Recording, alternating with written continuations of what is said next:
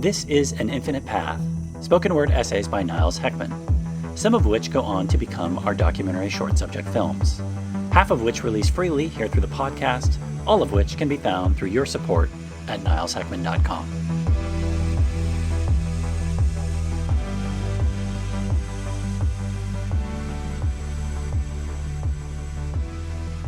In occultism, there is the concept of binary, meaning two.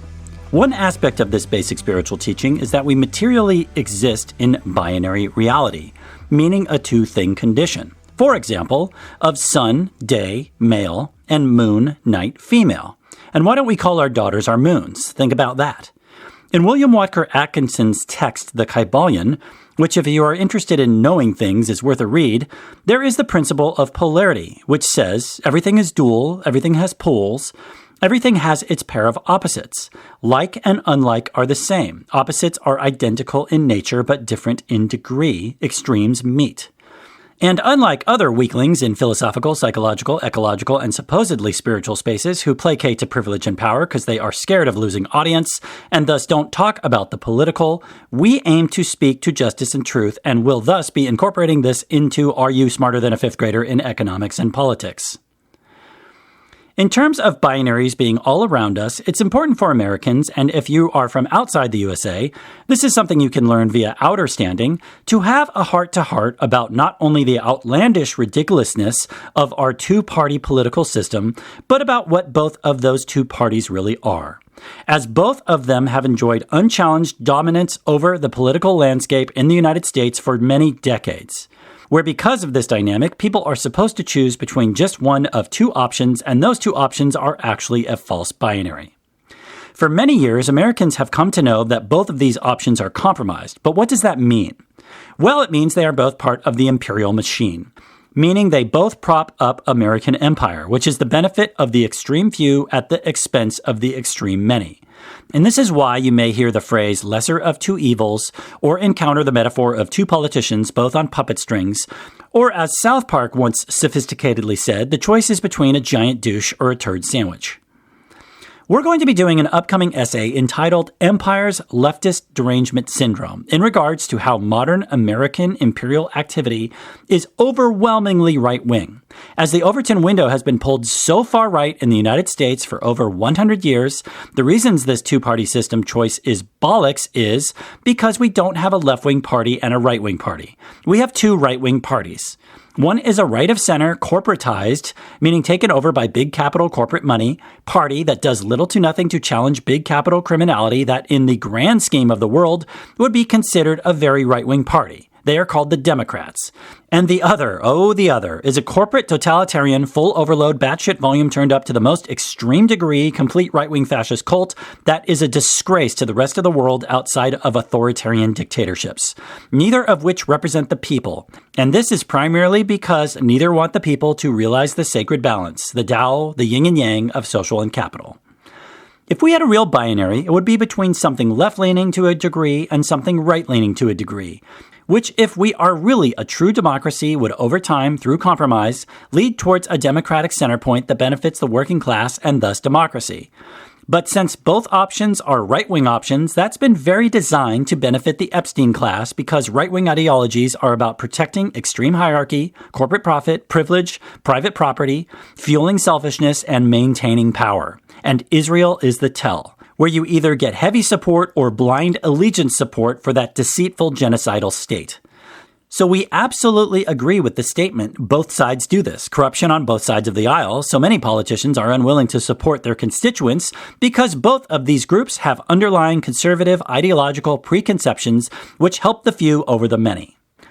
Conservatism in the United States is dead in the Republican Party and is now more the domain of the Democratic Party. And if you are shocked at hearing that truth, go back and listen to what Republicans were saying policy-wise 40 or 50 years ago. And it's obvious that establishment Democrats of today sound like those Republicans back then. And Republicans, even though they were and still are Confederate racists, still had some sliver of remaining morals about social issues. And because Dems stupidly decided to also placate to corporate power, just to a lesser degree, have allowed the Overton window to also pull them significantly rightward.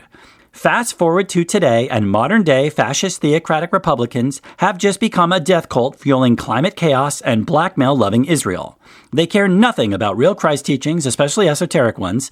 That is comprised of grifters, serial liars, Confederate racists, re-brought out from the shadows, and corporate criminals, because their whole shtick is inflaming culture wars as their real misdirection trick, while just legislating for protecting the pedo-human trafficking robber baron Zionist Epstein-class oligarchs. And implicitly democracy, since you can't have a democracy without a middle class, for our whole life. And now explicitly trying to destroy democracy with election fraud lies and Opus Dei Supreme Court dark sorcery. I know it's hard to hear these truths, but they spend every moment of every day trying to hurt Americans and their families as agents for the hostile foreign governments of Russia and Israel, and constantly try to turn liberal democracy into a fascist theocracy. Even though they have become a world-class authoritarian bottom-barrel kekistocracy, they are a bit more on their sleeve about not caring about we the people.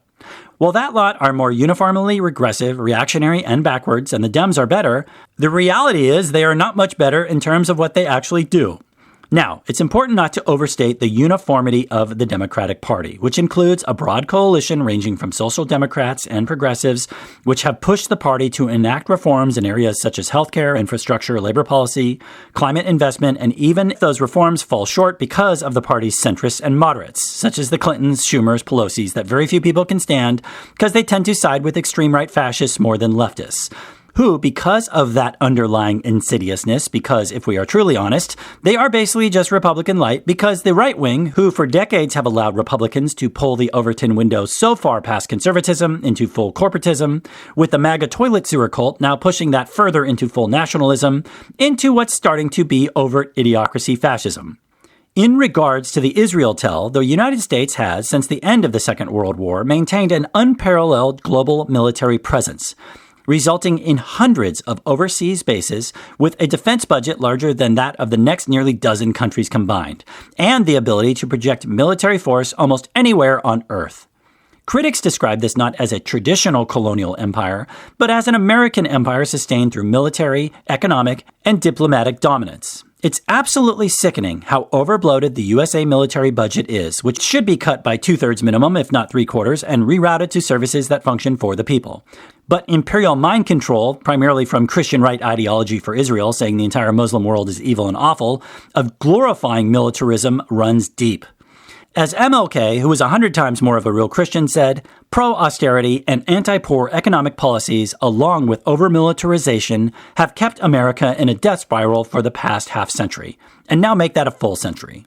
Like Nazgul Republicans, Democratic Party administrations have also obviously overseen wars, drone campaigns, large military budgets, arms sales, and massive overbloated giveaways to Israel. This was peak failure of the Obama administration, which promised hope and change, and the change was tiny and incremental. From this viewpoint, conservative Democrats, which are the core of the party, are Republican light or imperial light in foreign policy. They may favor multilateral diplomacy and different methods, but they generally do not challenge the United States' role as the world's dominant military superpower, or as the puppet film Team America said, the world police. See our insight on how neoconservatism and neoliberalism are both hot garbage in regards to how, from this perspective, the Republican cult, through their horrid actions, is always more the explicit champion of military expansion and intervention. Even if they say they don't, that's what they actually do. The Democratic Party, however, is the vast majority of the time not a fundamental alternative because it accepts many of the same underlying wrong assumptions while basically just differing in tone, rhetoric, and some policy details. So as a result, with something like corporatized private for-profit healthcare, of which the majority of neither party wants to fix, even though the majority of Americans want it, with a simple solution like universal single-payer healthcare for all ages, which the majority of the rest of the industrialized world has, where if one is very poor and sick and they don't have health insurance, the fascist Republican Nazgul response to that poor, sick American is, "Fuck you, go die in a ditch, you lazy loser." While the conservative Democratic establishment response is, "We're sorry to hear that. Unfortunately, because you're unemployed, you're going to have to go die in a ditch. But check this form on your death certificate letting us know which gender orientation you preferred to go by."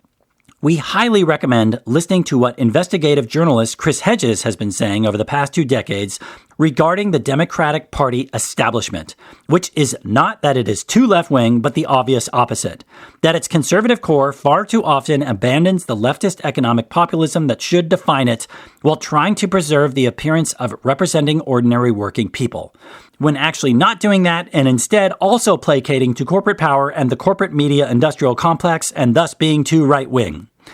Hedges has often criticized the Democratic and media culture that also, like Republicans, prioritizes messaging, celebrity campaigns, PR firms, branding, and partisan narratives over honest engagement with uncomfortable realities like we are telling you now. As these right-wing light and right-wing heavy parties both participate in narratives that obscure systematic problems, which are of course related to not only race, but more so class, which we're not supposed to talk about because that's the core of our problems, and his central warning has remained remarkably consistent. If right-wing parties and centrist liberal parties also fail to address economic insecurity, inequality, gross military overspending, and corporate greed in a credible way, they risk creating the conditions in which authoritarian or demagogic cults like MAGA moral rot flourish by presenting themselves as the only alternative to a discredited establishment, even though they are clearly the Epstein class establishment. Basically, in the declining West, of which the US of A is seemingly the core, we're now at the point where telling the truth, especially about Israel, makes you sound like an extreme leftist, and so the left flank of the Dems is the only zone of these two shit main parties that starts to tell the truth and represent the 99.9% versus the 0.01%, and thus real actual representative democracy.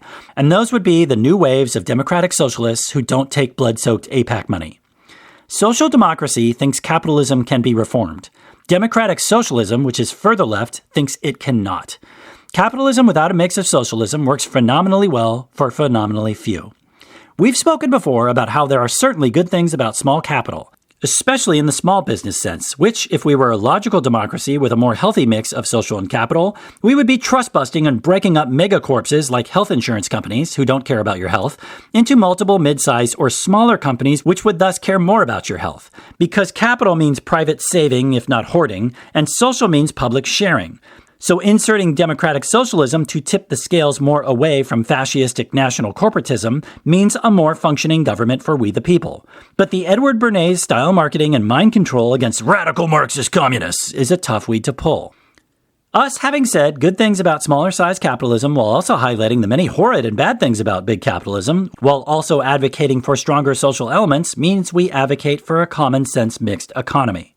China, for example, which has a communist government, and no, we are not defending outright authoritarian communist thought, but because corporations are inherently right-leaning, governments should be inherently left-leaning to balance them out. The question then becomes one of degree. And China, having embraced a mixed economy with heavily regulated private capital business markets, doesn't allow businesses and oligarchs to run the political, and has actually emphasized education and growing the middle class, and has gotten nearly 1 billion people out of poverty, and is also now the #1 main superpower for it. That versus India, which is also a mixed economy but is much more off-balance right-wing, that has massive medieval inequality with shanty blocks of hundreds of thousands next to one asshole who owns his own private skyscraper.